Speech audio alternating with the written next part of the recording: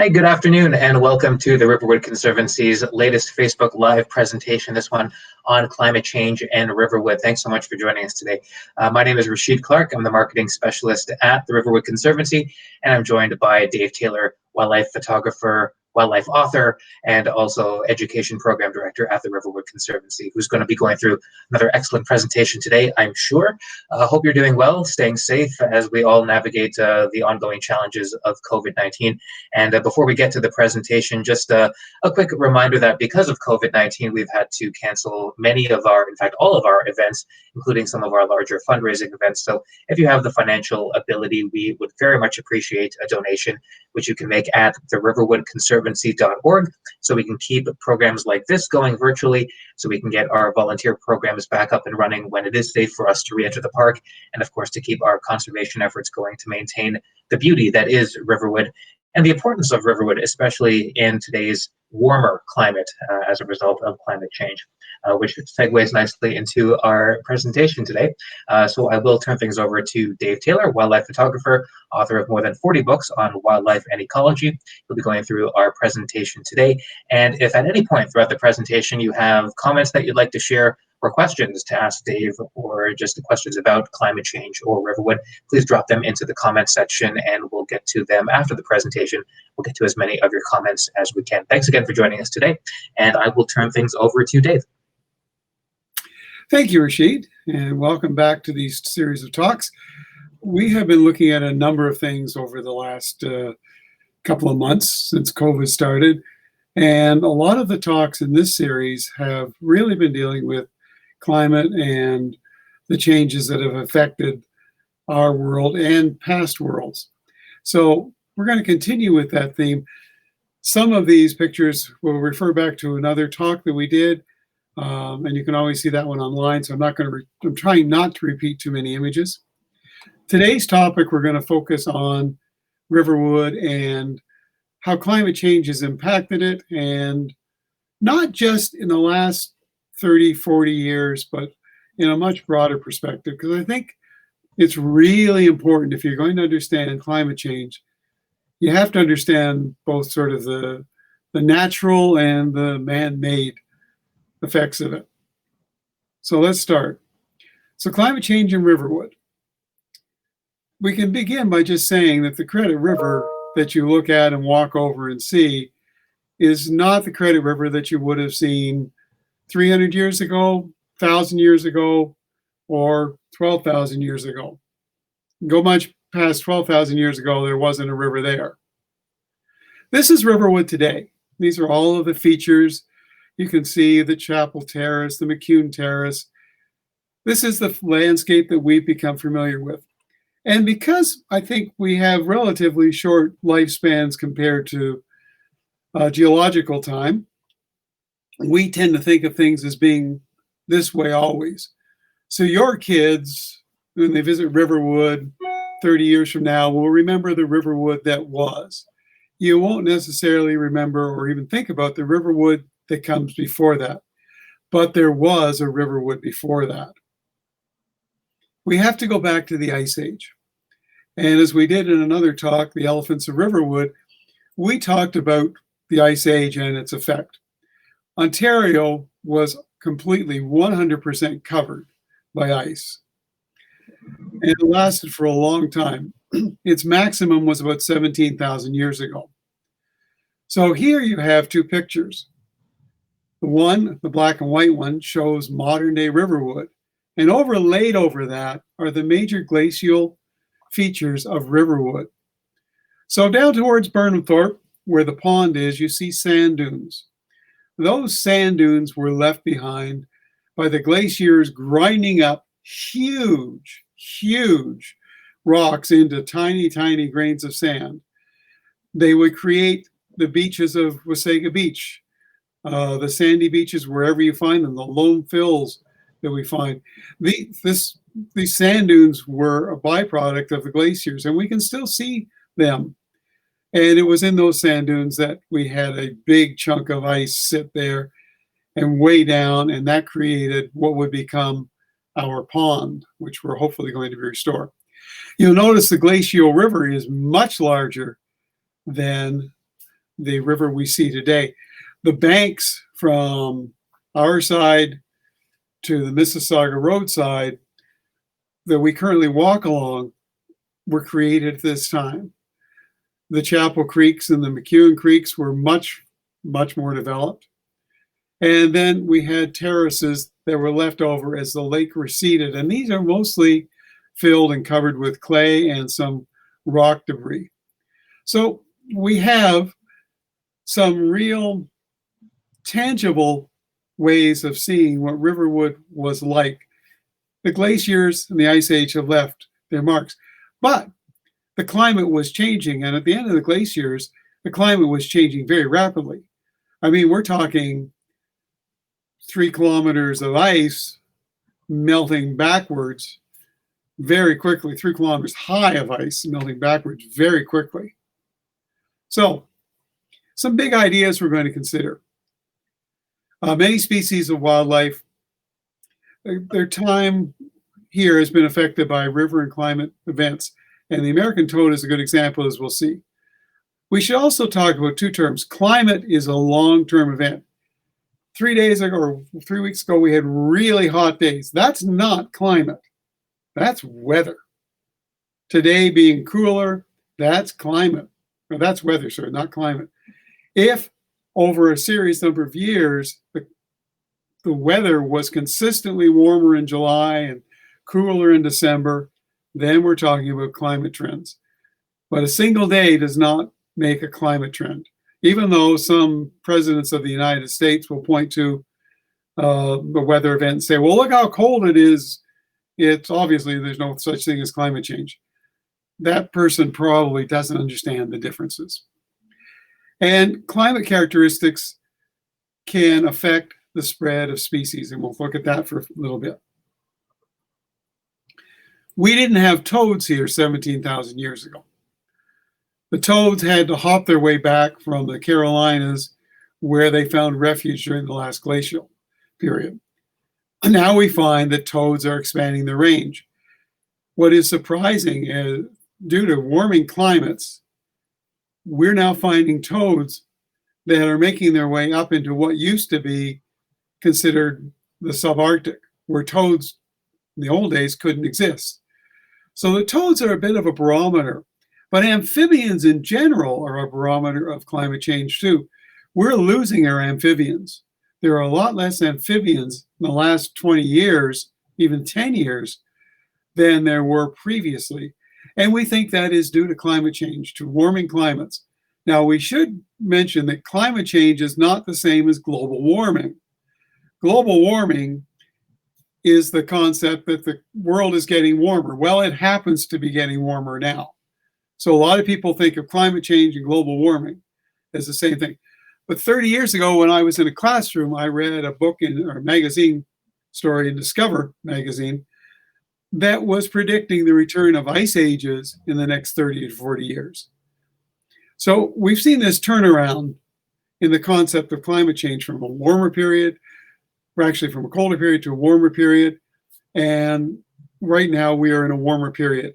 But I still think of climate as being a yin and a yang. If one thing increases, balance will try to restore. So if we're getting warmer at some point, it'll get cooler. It may not get cooler for 1,000 years. So don't expect next year to see a glacier on your doorstep. These are zebra mussels. They're another animal that is reflective of climate change. They came over from Europe in ships, in the holds of ships, and were dumped here, and they do really well in Lake Ontario. And they're a bit of a problem because they will clog up drains and things like that. The big concern is they're going to get into our lakes up north. Traditionally, our lakes have been too cold for these animals, although they are carried north in the droppings of ducks from Lake Ontario and the Great Lakes in general. They have not survived.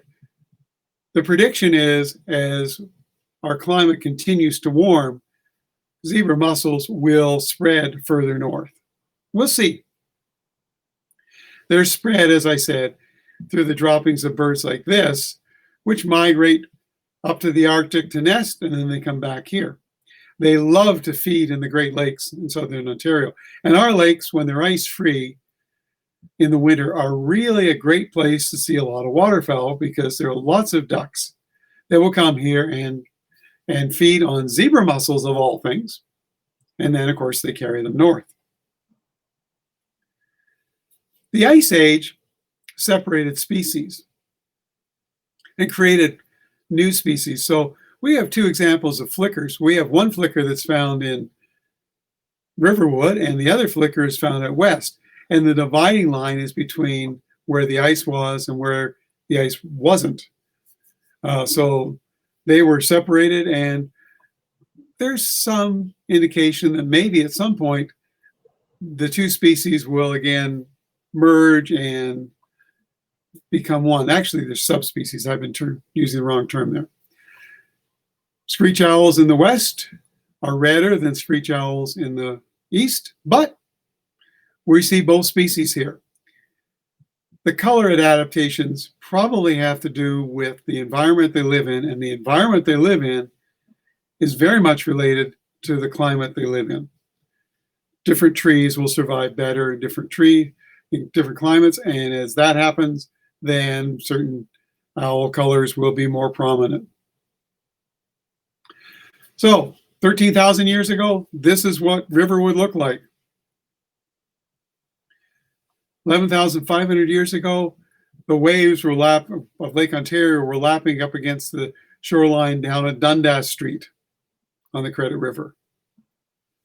About that time, we were in a period we now call Mammoth Steppe. Mammoth Steppe does not exist anymore because Mammoth Steppe only existed because of large mammals creating a habitat for plants by uprooting the plants and stopping the formation of permafrost.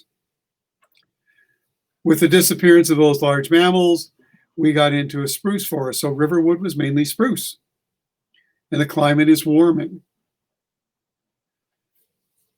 About 10,000 to 7,000 years ago, climate cooled a bit. We had white pines coming in. And then it stabilized into this mixed deciduous forest. But being stabilized weather patterns really isn't quite true because there were little bumps, and we would see pine trees once again invade and then disappear. And then we'd have Carolinian forests come in and disappear. So the climate was fluctuating over those 7,000 years. But generally, if you were an indigenous person and we could transport you from the past to the future and back again, the forest would be familiar to you. Maybe not quite the same, but they would be familiar. Now, as the climate changed, we lost species. Now, some species lost is due to our own actions.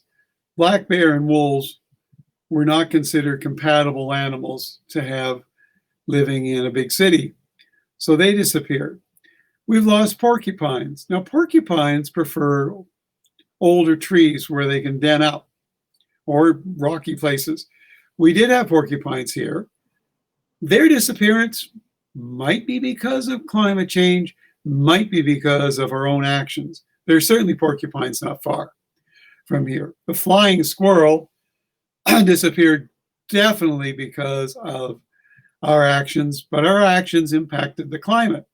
When we cleared the forest, we got rid of the habitat that the flying squirrel needs. And even though we've tried to restore that habitat, we've not succeeded.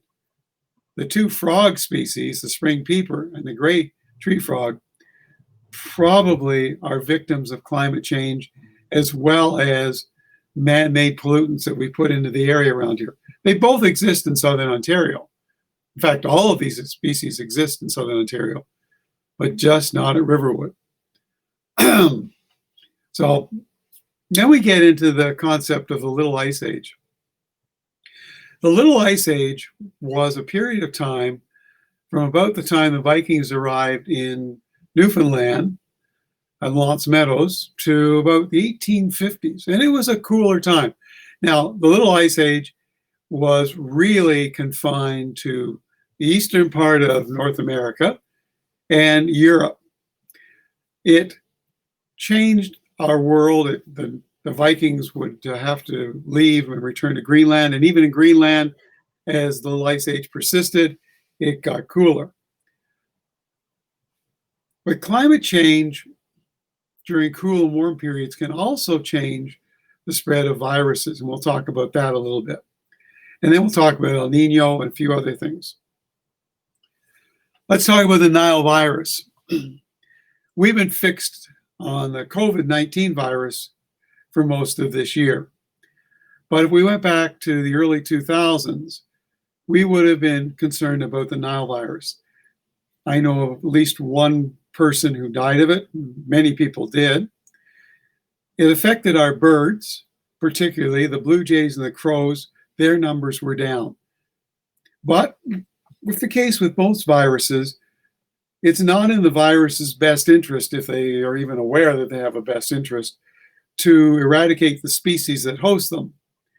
So eventually the species start to build up immunity. And we have seen the crows and the blue jays come back. So they have found a way of dealing with it. I guess they would call it herd immunity, or in their case, flock immunity. But it is the warming climate that brought this mosquito virus to the north. And we're seeing more and more viruses and diseases and murder hornets and other pests that are able to move further north than their normal range because of warmth. And the changing climate can really affect people. This is Machu Picchu as an example, maybe a warning, if you like. Machu Picchu was an advanced society in the Andes, but it died out, probably due to changing climates. Climate change probably brought about by deforestation and changing their world. So Machu Picchu is this period of time, a warning from a period of time long ago that we can really do ourselves some damage. The Anasazi, the people of Arizona, they built these wonderful cities, and their paintings and their rock art tell of a time when fish ran in the rivers, when forests were more common, where there was enough rain to grow crops. And now, like Monteverde, a lot of these places are empty, ghost towns, because the land dried up. We don't really know what happened to the people. There's lots of good stories about that. This was once a river valley that stretched from rock cliff to rock cliff, and now it's barely a stream. Part of desertification came about not so much because of a warming climate. It came about because we brought goats and sheep into the area, and goats and sheep, unlike cattle and bison, eat grass right down to the roots. And when they can't eat that, the goats particularly will climb into trees and eat them. So the American Southwest has become more of a desert since the American people arrived. Now we get to El Nino. El Nino is probably one of the least understood things, at least until the 1980s. Down in South America, they knew about it because every 5 to 7 years, the climate would change. Northern dwellers didn't really think much about it. They thought, well, it's, a southern problem. But it wasn't a southern problem. We now know that El Nino affects the whole world. This forest that you're looking at is on Vancouver Island. It is 500 years old. It is a rainforest. 500 years ago, it burnt to the ground. How do you burn a forest to the ground? Well, researchers in Hawaii have been looking at what they call super El Ninos. And every now and again, a super El Nino comes along that lasts not for a couple of years, but maybe for 100 years, long enough to dry out a rainforest. George Vancouver, when he went sailing and discovered Vancouver Island, was the one that reported the massive forest fires that had devastated this area. But the climate changed back. Now remember what I said earlier, we have a short-term memory. We're growing up in a world that we thought was stable. And that was an illusion. But we still think of our lifespan as this is the way the world should be. If you grown up on Vancouver Island 500 years ago, you would have thought it was a drier place. Today, you think it's a wet place. El Nino can change our perspective on things like that. These are the El Nino episodes over the last 1,000 years, over 1,000 years. And you can see there were strong episodes and weak episodes, and some of them lasted a long time, and some of them didn't last very long at all. We've been going through a period in the last 200 years of relatively short El Ninos. But the question I ask is, what if what we're in now is a longer sustained period? That could be driving some climate change. We know about climate change through trees, rings of trees. Trees grow annually, and the better the conditions, the better the growth. And the growth is good, the rings between the trees are wider. So we can cut trees down or take cores of trees, and we can look back. And if we know the day, or the year the tree was cut down, we can there go back and we can tell what the climate was. And amazingly, they can go back with tree rings over 8,000 years of climate change. That's pretty remarkable. Our world is changing. It changed from mammoth steppes to spruce forest, and with it, the wildlife has changed. Even today, and just in the last 150 years, we can look at wildlife that has been changed and expanded the range. From probably the middle of the Middle Ice Age, 1300s, to about 1850, there were no cottontail rabbits in Ontario. We know that from archaeological digs. We know that the rabbit that was being eaten was the snowshoe hare. The cottontail rabbit was here prior to that, and then disappeared and came back, first one being shot around the mid-1860s, if memory doesn't fail me. And now it's well established. I go on a nightly walk. It's rare that I don't see a cottontail rabbit, but these are Carolinian species. The spruce grouse was here during the colder times. The spruce grouse has disappeared and moved further north. We have the ruffed grouse, which unfortunately has disappeared because we've changed the habitat so much. And changing the habitat is what we do really well. We plant trees, we create farmlands. One of the biggest examples, if you want to see what climate change is like and how people affect it, if you don't believe in it, and you don't think people can affect climate, come to Riverwood, go in the forest on a hot summer day, take the temperature, see how you feel, and then go out onto the chapel lawn. Take the temperature and see how you feel with the sun beating down on you. Basically, in southern Ontario, that's what we did to southern Ontario. We cut down 90% of the forest, creating a very different habitat, basically an African savanna with grass grazers and grass plants and whatnot, corn, for our own use. But by doing that, we altered the climate. Trees, even small trees, force the wind 50 feet higher up. 50 feet higher up, it's cooler. Moisture content is different. Take away the trees and the shade, you get evaporation, less moisture, more violent storms. And we started doing this in the 1800s. And we really didn't figure it out in Ontario until the 1980s, 1990s. We've certainly impacted climate change. We can see it in the animals that were here. Go back a few hundred years, we had caribou wandering around. We know that there was an elk butchered here on Riverwood 400 years ago. The elk have moved off. White-tailed deer have moved in. White-tailed deer are a good barometer of a species that can adapt quickly to climate change. And by the way, we never had moose here because the climate never suited them. They never moved fast enough to get here. You also have to think that climate change is not just local. So we go out in the woods in the spring and we see yellow warblers and they're beautiful birds, and we see other warblers we see these migrations.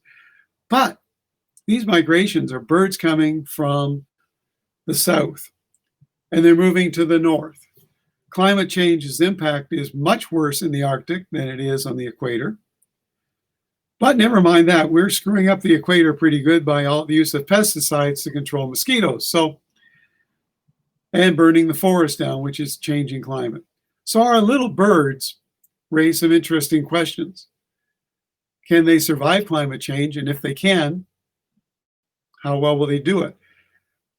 Evidence is pretty good that they're adapting their behavior to arrive when the insects come out, when leaf up. Leaf up is or green out is the term when the leaves start to come out in the fall, in the spring rather, and the insects come and the birds have to arrive. Research has shown that the birds are pretty good at detecting this. They kind of send little waves up to test it, and if their food isn't there, they come back, and it's a back and forth during the spring. And they seem to manage it. But they're facing climate impact changes all through their routes. We're seeing hotter summers, and we could be seeing colder winters. One of the concerns I think that we have to think about right now, if August and September are really hot, then the Great Lakes, when we get to the winter, are going to be warm, and they'll be putting more moisture into the air, which could lead to more snowfall. And the lakes won't freeze over, which will lead to more ducks doing well. That's weather. If that is a long-term change, that's climate. And it seems to be that we're getting different but warmer weather. Now, we do get really cold snaps. It's called the Arctic Vortex. And what's really scary, I learned recently from a talk that some experts did on, it was actually warmer in the Arctic than it was in Ontario a couple of years ago. And that's scary. It should be the other way around, but climate change has mitigated that. We see hardiness zones changing. In plants, there's a there's a scale where your plants can survive. And as it's gotten warmer over the last 40 years, basically those climate zones, those hardiness zones have changed and expanded. And we're now being able to grow Carolinian plants again in Riverwood, and they're doing well thanks to that. So climate change is all around us. It's here, it's affecting us. You just have to know that it's visible and it's real. So let's take some questions. Oh, thanks a lot for that, David. Another excellent presentation. And for everyone watching, again, any questions that you have, please type them into the comments section and we'll get to them as we go along here. So one question off the top related to COVID-19, is that still top of mind for most people. So how has the pandemic that we're living through impacted climate change and maybe as a result impacted climate change here in Riverwood and in the Mississauga area? We don't really know. I don't think anybody really knows. There's a lot of suspicions. I mean, people are saying they hear more birds, they see more wildlife. There's been more rain, so there've been more flooding events, but that has nothing to do with COVID. The biggest impact would be the reduction of man-made gases in the atmosphere. It is my hope that people commute less in the future, use more energy efficient ways of getting around. That would be a real impact. But nobody really knows. I think we're going to see in the next 3 or 4 years all sorts of studies that are going to talk about this and have definite proof that COVID-19 did something to improve what's going on. But I don't think anybody can say 100% with certainty that COVID has been good for wildlife or bad for wildlife. Certainly we think it is, and I don't think we can say with any certainty at all that it has affected the climate directly yet. But I think the studies will show that. I think, yeah, we're still maybe a little bit too early to really see what the impacts of COVID will be, because it has been, roughly half a year, maybe a little bit Yeah. longer when you consider when it became, a full-blown pandemic. So we might not see the effects for a little while. And as you mentioned, maybe lifestyle changes will take hold that will continue into the future, Mhm. even beyond COVID, like possibly and hopefully cutting down on commuting and the number of cars on the road, as you and I, Dave, have adjusted to Enjoy. working from home Yeah. over the last few months, and we seem to be doing it quite well.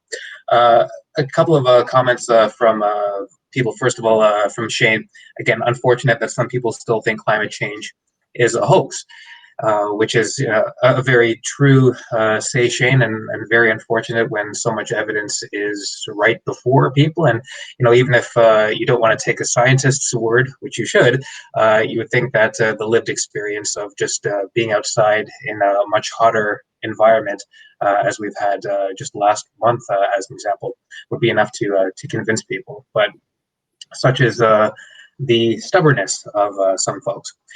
So from Ariania, Aranya, I hope I'm pronouncing Mhm. that correctly. I didn't know that migratory birds send small cohorts to see if leaf up has happened, which you touched on during the presentation, Dave. Is there a paper for that somewhere, or any other observations on that test group that goes up to see if the leaf up has actually started? Yeah, I think there. I just read. I think it's David Sibley's new book on what it's like to be a bird. I think it's referred to in there. It's not a new idea. It's been around for a while. They've observed it at Point Pelee National Park. If you go down to Point Pelee in the spring, and this is going to be covered a little bit in tomorrow's topic, what you are waiting for is a dropout or a fallout of birds. So the weather brings the birds across from the state side, and suddenly there's birds everywhere. But there's also this reverse migration. They come, there's not enough food here yet at Point Pelee, so they fly back over to the American side. And if you want to observe it actually happening, Point Pelee is a great spot, but Lake Ontario, in late March, early April, we get loons starting to show up in Lake Ontario. And you can hear them calling and you can see them. And they fly out in the morning. And what they're not looking for green up or leaf up. They are looking for ice-free lakes to fish in. And they fly up, and if the ice isn't out, they fly back, and they fly up, and they fly back. And if conditions change, sometimes they will come back again. So we can see this migration. If you go in the morning, you might see loons going one way, and you might see them going back the next, depending on the weather. So it's pretty well known, and I'm sure there are scientific papers out there. Lots of bird books that are talking about bird behavior will probably address it. So yeah, it's factual. To get back to a comment you were just making about climate change and the reality of it, and not being, people don't believe it. People are creating it. I can remember winters back in the 50s when we had a lot more snow. The Credit River that we see today is about 3 feet lower than the Credit River that the French came up when they named it La Crédit. And that was because the forest retained so much water. There was more rainfall. We cleared the forest. So there's all kinds of examples of humans altering climate. And like people that question that just have never stood in a forest and then gone out and mowed lawn, because it's just so obvious. And the science on the gases has just, like there's no question about it.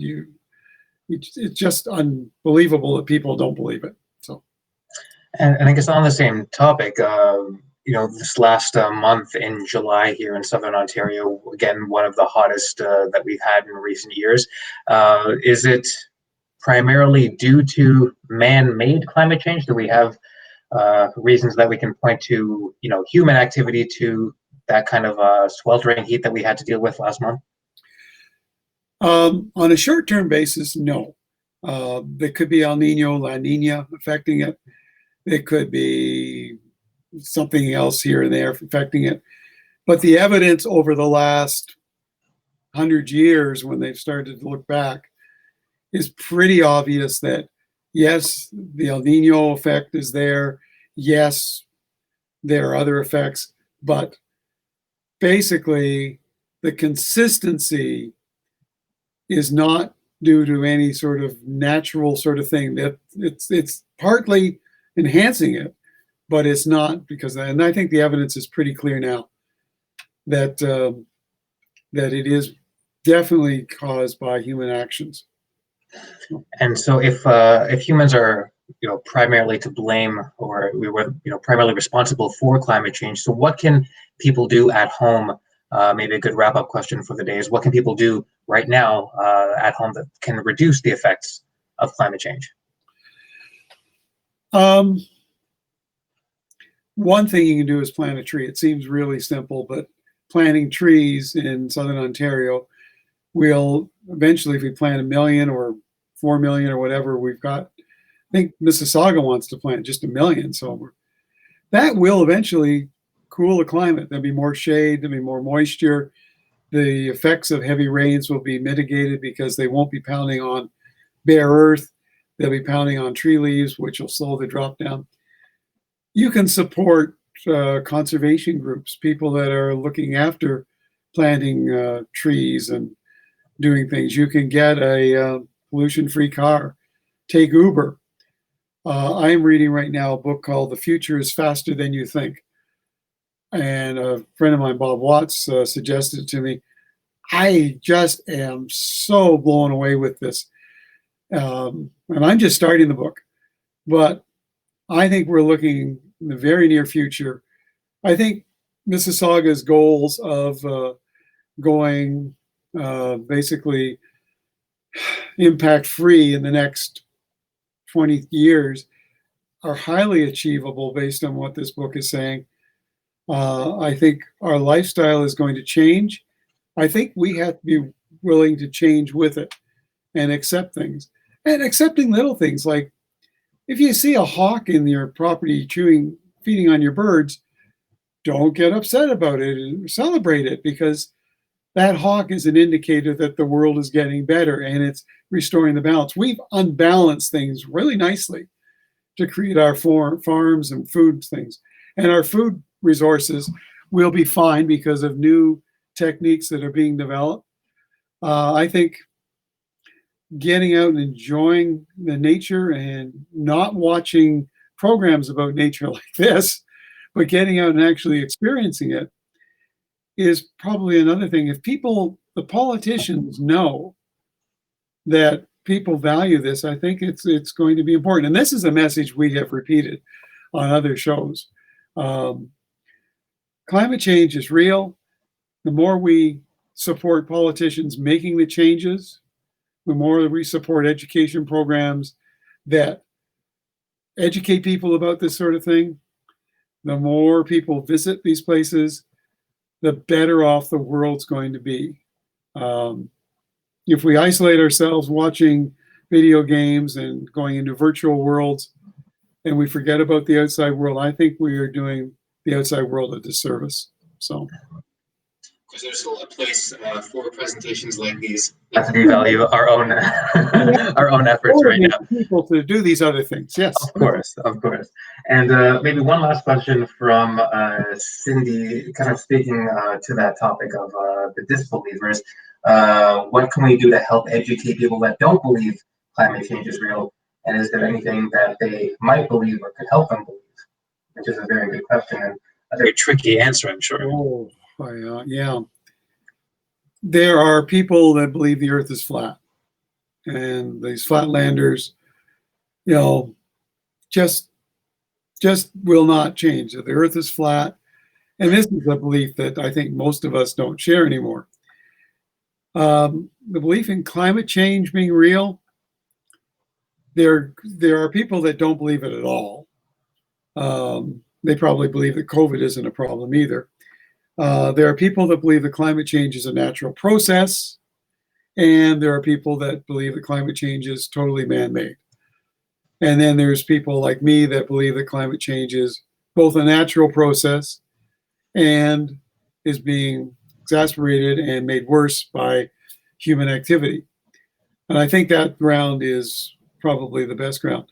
Can you change their minds? I would say in the United States, there are probably 30 million people whose minds you will never change, just based on what I see in the politics there. I think in Canada, there are people whose minds will never change.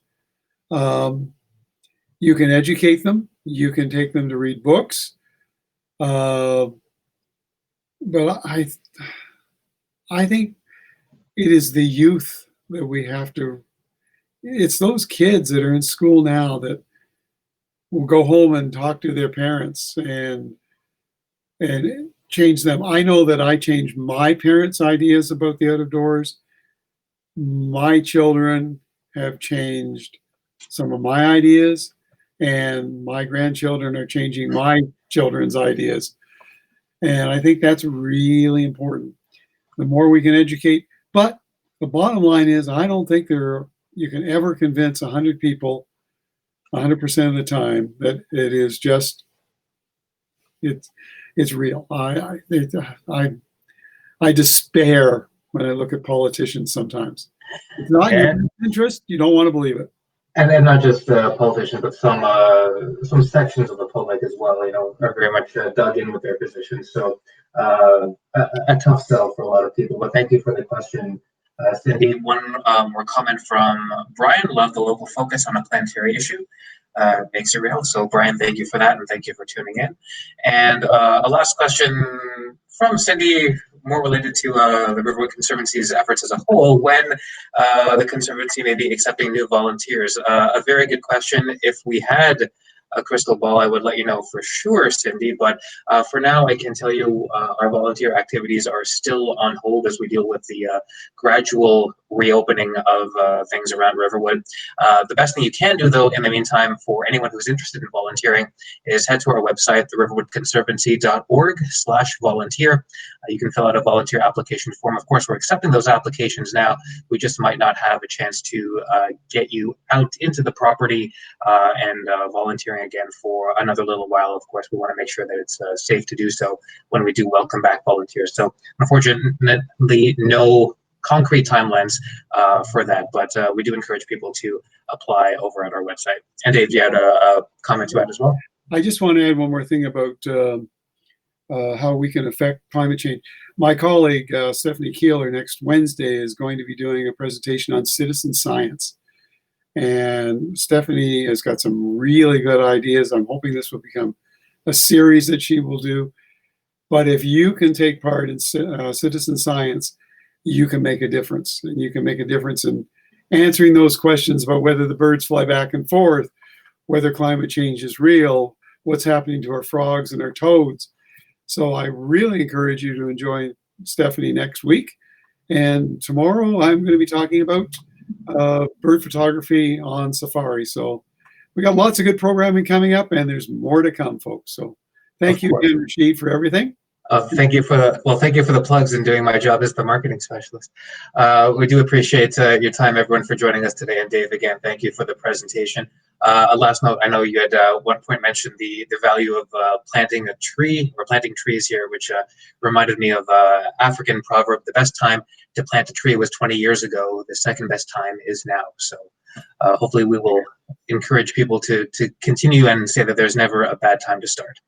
So thanks again, Dave, for the presentation. Thanks to everybody for joining us and commenting.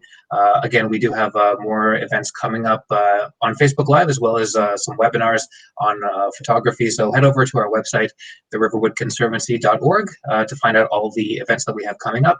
And of course, while you're there, if you have the financial ability to make a donation, of course, we'd very much appreciate that to keep our virtual events going in the short term and to keep our conservation work going in the long term to maintain the beauty that is Riverwood. So thanks again for joining us today. We will talk to you soon. Dave, thank you one more time for your presentation. Thanks, Peter. Pleasure as always. Take care, everyone. Bye-bye.